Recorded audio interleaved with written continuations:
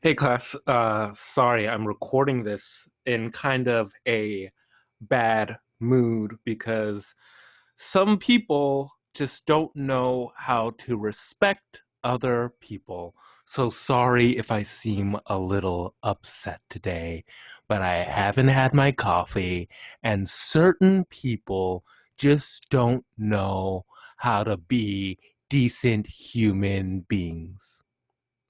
I'm just kidding. I'm not actually upset. I'm acting upset.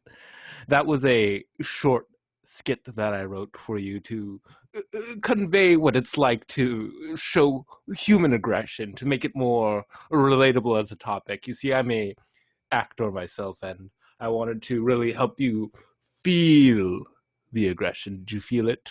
Did you feel it in your bones? Ah, yes, acting.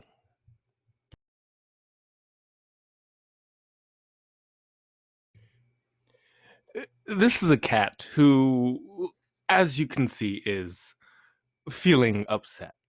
There are certain cues, the furrowed eyebrows, the tucked in ears.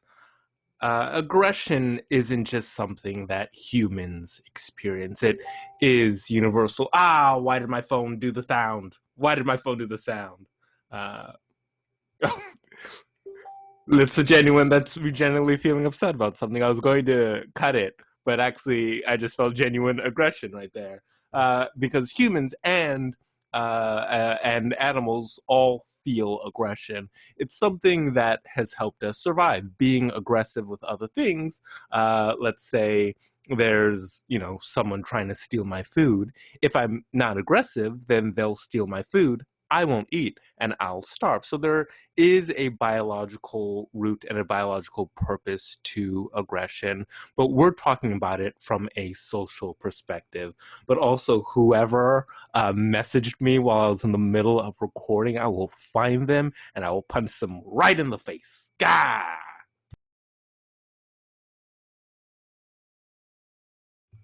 So, aggression is defined as an intentional action aimed at doing harm or causing someone physical or psychological pain.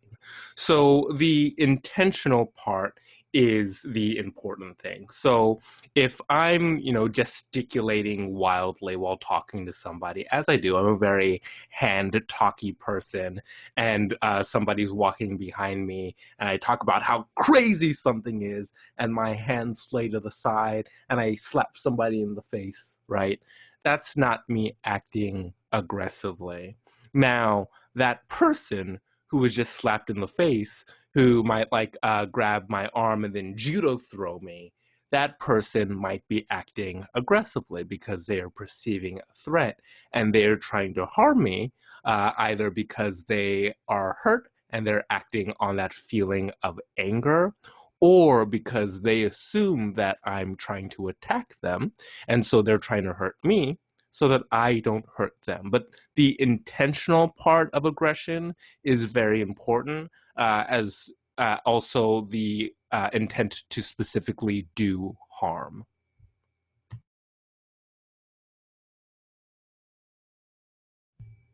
So, an important question is aggression universal? Think about it for a second. I'll wait.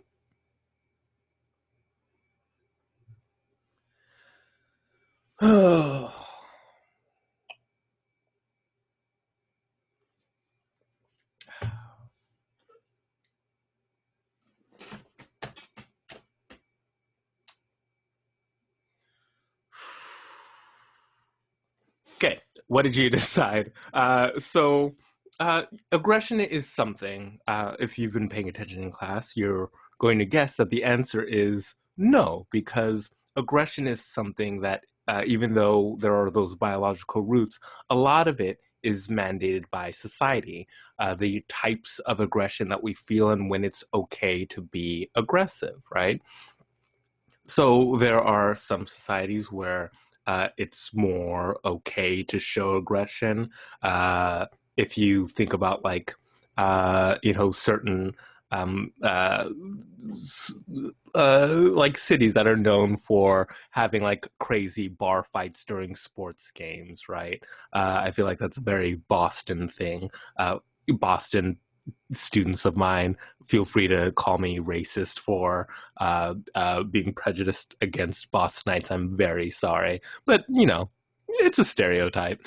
The but even like culturally, right, or religiously, is your religion or spirituality talking about like holy wars, or is it a more passive, pacifist religion, right?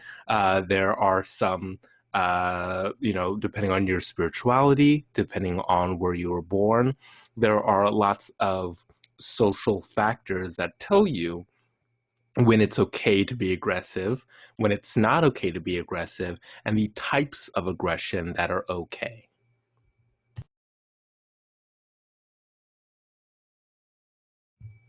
Now, the big question is, does gender affect aggression? And once again, if you've been paying attention to any part of this class, you know that the answer is yes, especially when we look at socialization and gender roles, right? If a stereotypical American male gets angry, if you think about them being angry, they might punch something and like yell, right? Go drive their car real fast. The When you think of like a movie portrayal of female aggression, you might think of like the conniving sorority sister who's trying to ruin somebody's social life, right? Uh, we see a lot of men being murderers, right, and being physically aggressive, doing that like intimidation, beating people up. Women tend to use a lot of relational aggression. So part of that is just what society expects of us. It's not that all men only use physical aggression and all women only use relational aggression. That's just what we see a lot of based on our society, right? It's very rare to hear about men gossiping and spreading rumors. It happens, but male aggression tends to be more direct, right? Instead of telling everybody that you know, that you've, when I was teased as a kid, people didn't spread rumors that I was, I don't know, that I peed my pants. They would just go up to me and say, "Hey, Jeff, you peed your pants." That's not a real thing that happened. The teasing that I experienced as a child was significantly worse and surprisingly homophobic. But you know, that's kids. That's kids. Kids are terrible. So this has just been therapy with Jeff. Me just crying about how sad my childhood was. But it was sad because of physical aggression, not relational aggression.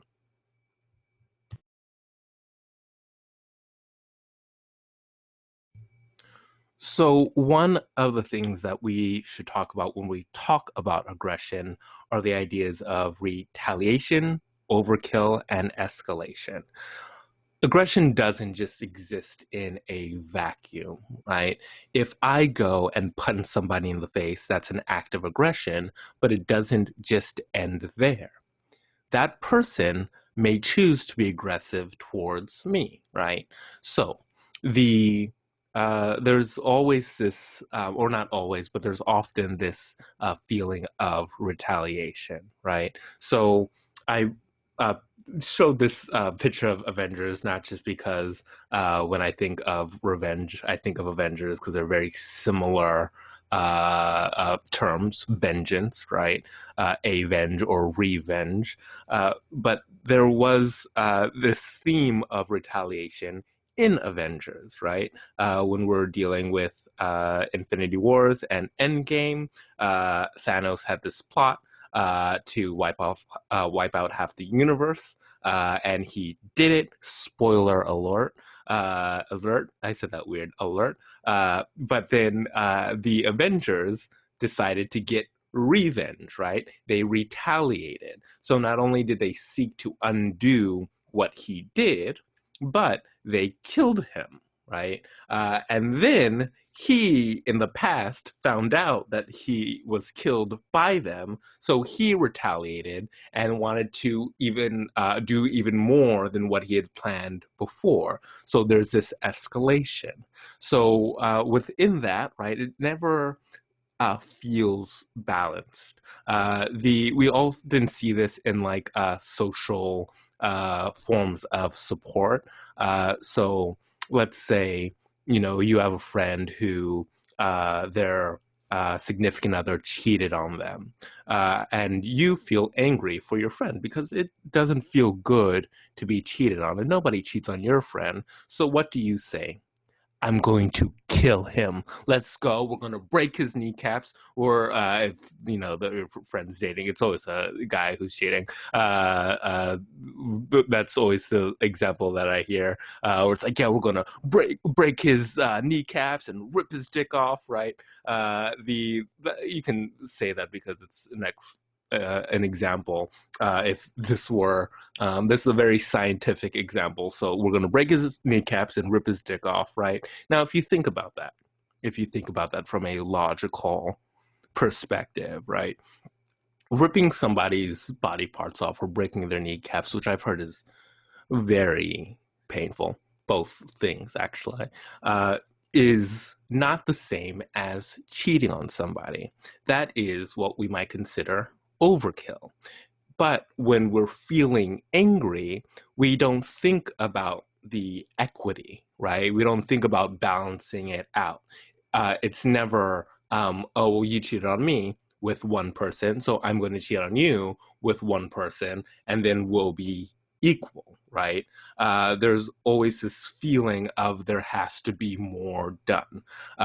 You bomb my country, I drop two bombs on your country. So when we're looking at aggression and we're looking at these cycles of aggression, we have to be aware of the fact that aggression doesn't just cause equal amounts of aggression. It causes this positive feedback loop where you get more and more and more aggression.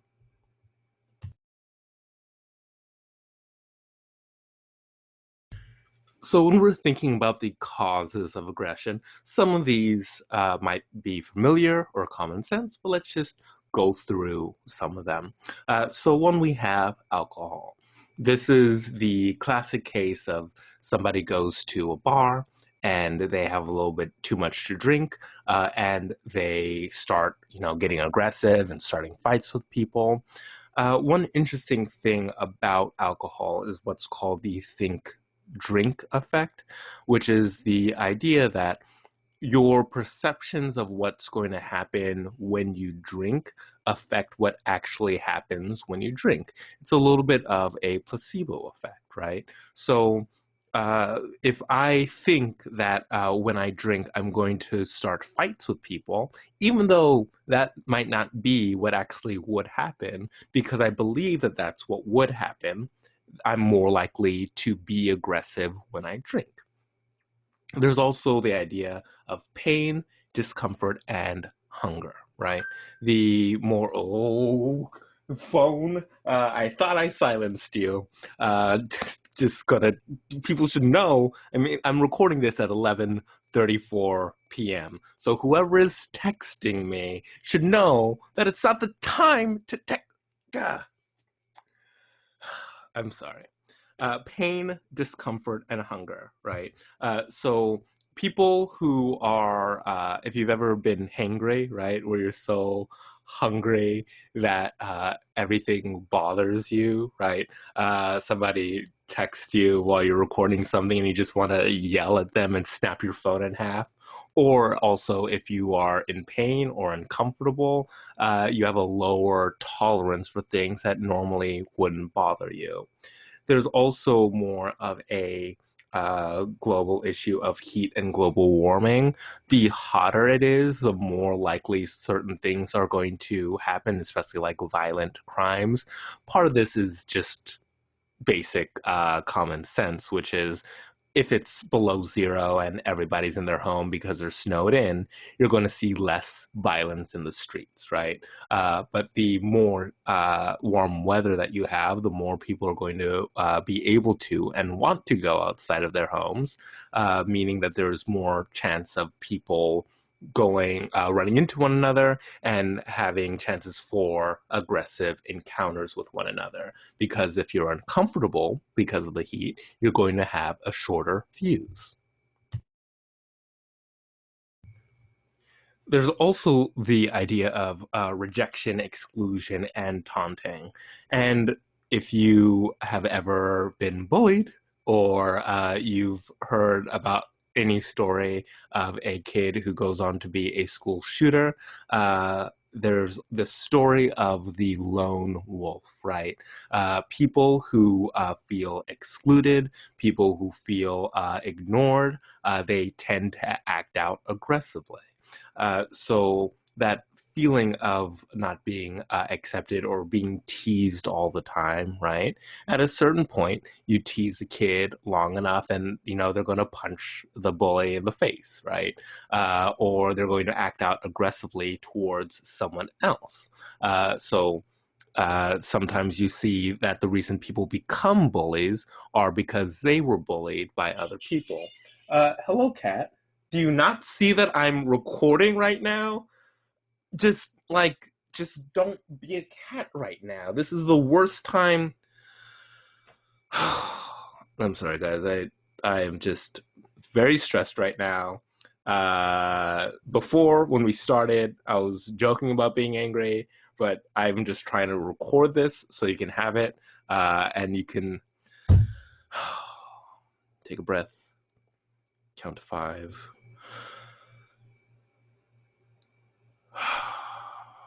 Okay. Rejection, exclusion, taunting. So the blah blah blah. The more you get pushed down, the more people are going to be aggressive. There's also frustration, which I can relate to. There's this theory called the frustration aggression hypothesis, and it's the idea that the aggression comes from goals being blocked. So let's just say someone was trying to just record a simple lecture for their class, and there were issues with their internet, and their cat kept on talking to them. Hold on, just real quick. Now I need to hold my cat like a little baby, hold you like a baby while I'm recording. So if you're just trying to do like a simple thing and your goals are being blocked, that's going to cause frustration, which is going to lead to aggression. Or if you've ever been stuck in traffic, right? Your goal is to get to your destination on time. But the thing that's frustrating you is the just so many people in traffic, and then obviously somebody's like texting on their phone and going 40 miles per hour in the fast lane, but you can't get around them because you want to go left into the the HOV lane, but you can't because you know that when you do, that's going to be the time that highway patrol comes by and you get a ticket, and you can't go right because no one's letting you in. That frustration leads you to honk aggressively at the person in front of you. There's also the idea of relative deprivation. If I know that everybody else is in the same situation as I'm in, right? If everybody is having issues with their internet, if everybody has a cat that won't leave them alone, if everybody is stressed and hot because their fan isn't working today, and for some reason now, even though it was like 60 degrees like 2 days ago, it feels like it's 87 in your room. If everyone else is suffering in the same way, it doesn't feel as bad. But when you see everyone posting on the internet about how like great their quarantine is and all this delicious food that they're cooking and the fact that they've learned 5 different languages, you feel like you're missing out in comparison to everybody else. And that might lead you to feel a little bit aggressive.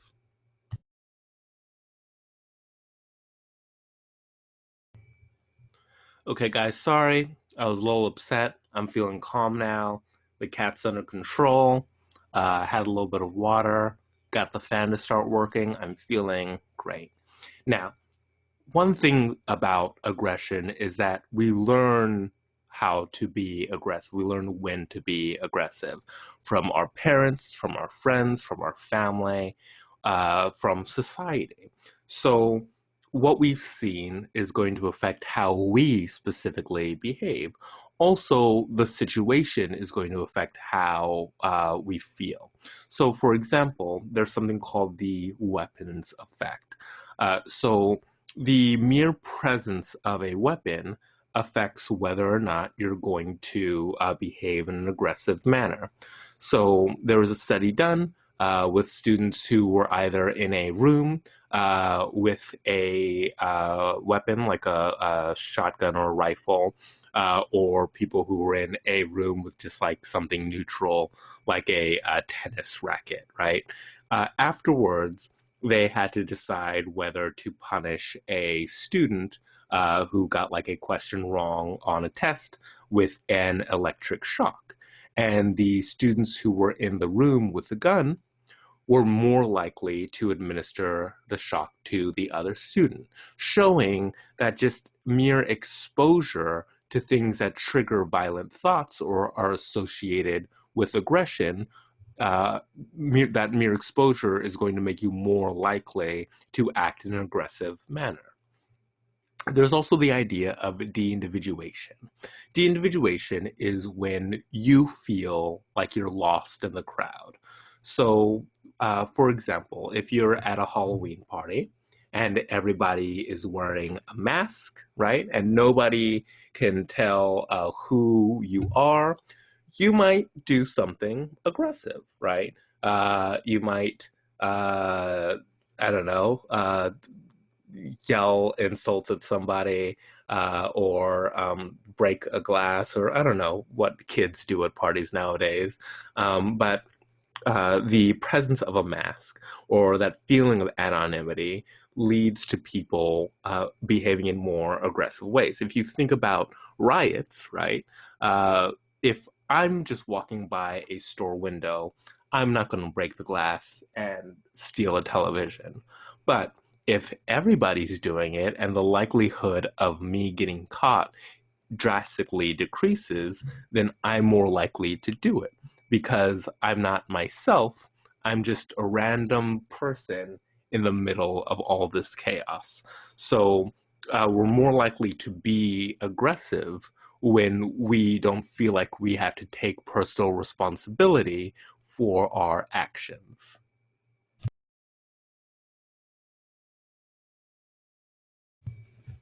So you probably heard that violent video games and violent TV shows cause aggression. And to a degree, that is true. Now, the thing that is a bit of a misinterpretation of that is that violent video games and the media cause school shootings, right?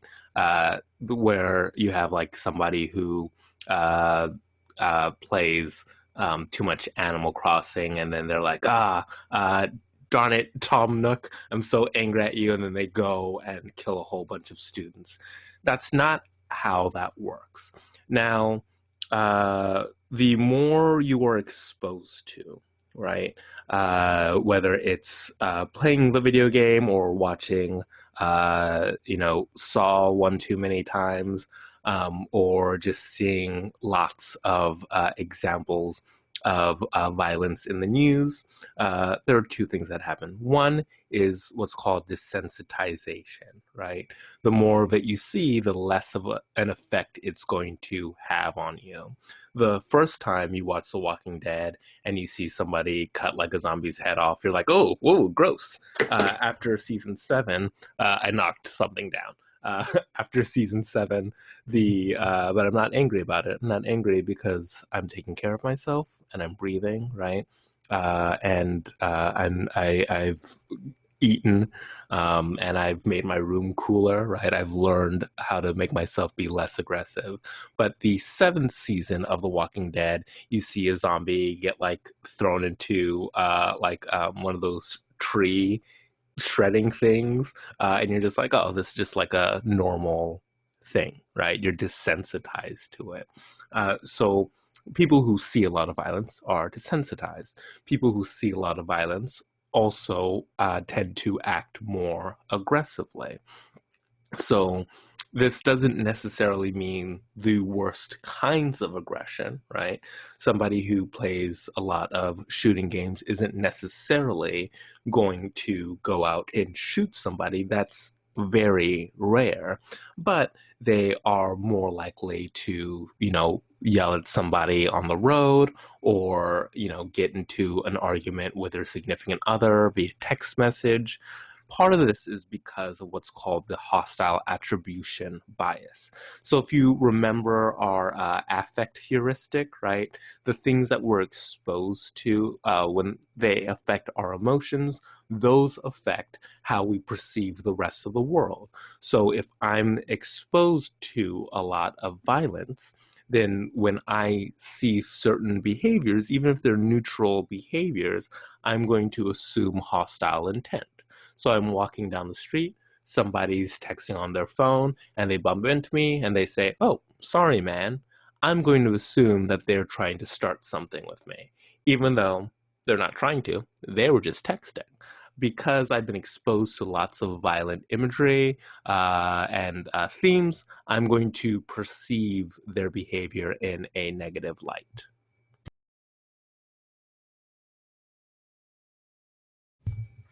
When we're talking about sexual assault, we need to understand sexual scripts, right? In our society, men are often taught that they have to be sexually aggressive. And not just like in a like, oh, be like confident and like say what you want and like ask them out on a date. A lot of men are told that if a woman says no, that woman is playing hard to get and you're supposed to push more, right? A lot of women are told that you should never directly say no. Somehow being direct is not feminine. And for some reason, taking no as an answer and not pursuing it further is not masculine. So a lot of issues when it comes to like sexual compatibility and understanding consent comes from these very problematic scripts. So there are. Hey, Kat, I'm trying to talk about a very serious subject right now, and it feels like you're not taking it seriously. Thank you. I'm sorry for my cat. My cat doesn't understand that I don't want to spend time with him right now, right? But he's being very pushy, and he assumes that if he keeps on meowing at me, I will do what he wants. But I've said, just give me a moment, right? And this is the issue. My cat has been trained to push and push and push until I finally give in. Now, I don't want to give in, but because of these really deep seated social and sexual scripts, there's this immense pressure for me to adhere to this. So when we're looking at the social roots of sexual assault and what we call rape culture in society, men are taught that no does not mean no, and women are taught that it's not okay to say no. And that is scary. If you think about it, it's very scary because if there's a woman and instead of saying no, she says, "Oh, well, I have work in the morning," right? And if you're thinking about like relational aggression and that type of conversation, somebody saying, "I have work in the morning" in that situation is not saying, "Let's hang out another day." It's saying, "No, I'm not interested," without saying, "No, I'm not interested," right? I'm going to ignore this cat and stand up for myself. Now, but then the male has been trained to push past that. So the male has been trained to push past that. So he'll say, "Okay, what about tomorrow?" Okay, what about the next day, right? So a lot of looking at the roots of sexual assault in our culture are really tackling these ideas that tell women that it's not okay to say no, and that tell men that no does not mean no. Right. This is why the idea of affirmative consent has become so popular because it makes sense. Engage in sexual behaviors with people who enthusiastically say that they want to engage in sexual behaviors with you. I'm going to ignore this cat. I'm going to ignore this cat. I'm going to ignore this cat. Okay, so affirmative consent is super important because it breaks that sexual script. It gives women the ability to say no, and it teaches men that there's something else to look for, right? The best sexual cat, I'm trying to end my thing on a cooler, definitive note. But you know what? I give up. I give up. Just affirmative consent, guys. Affirmative consent.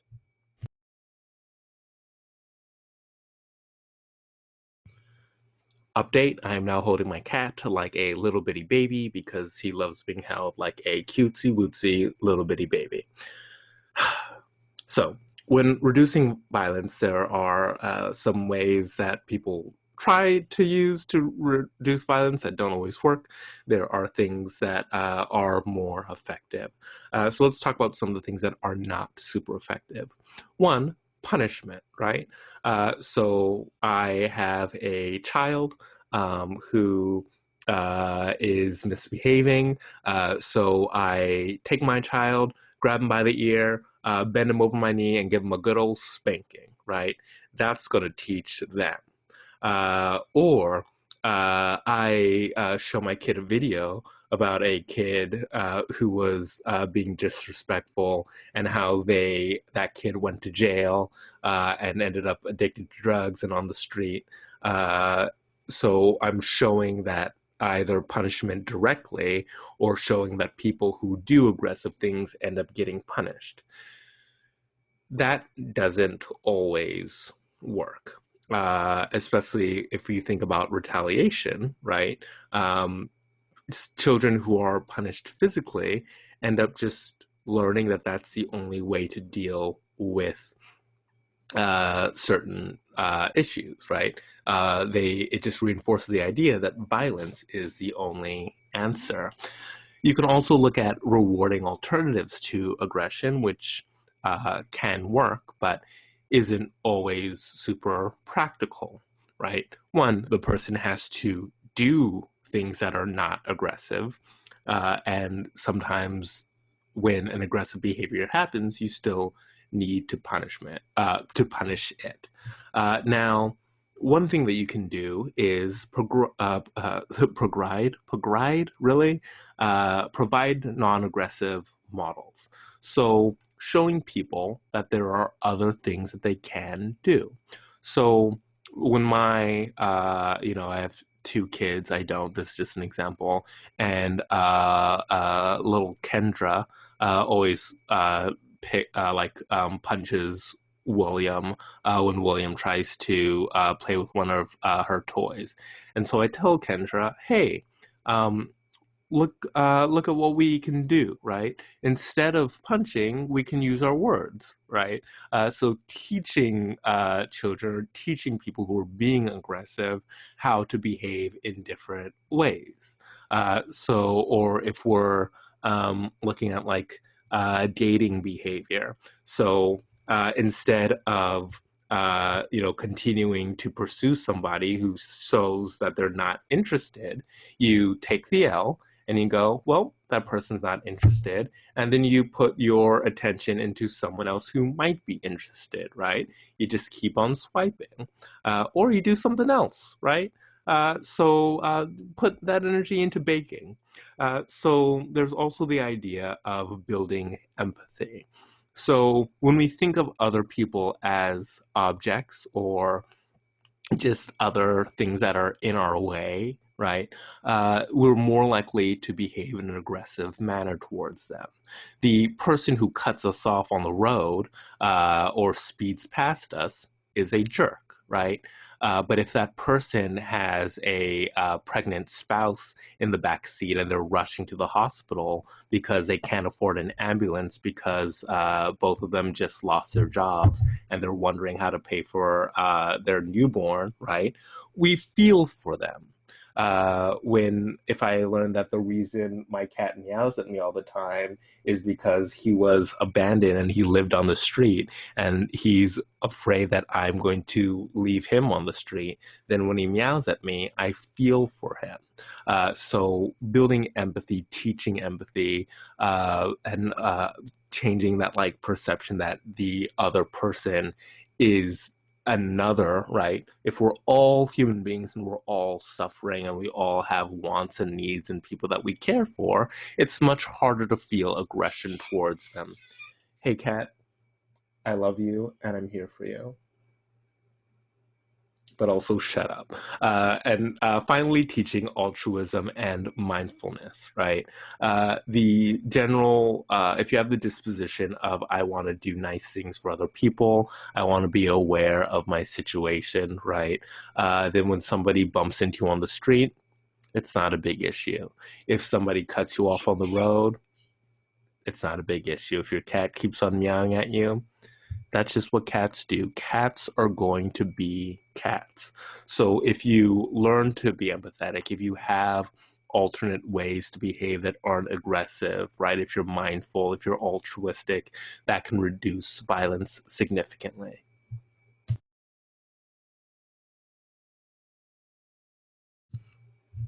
So remember, violence and aggression are socially learned behaviors. They're not a default. We don't have to behave in an aggressive manner.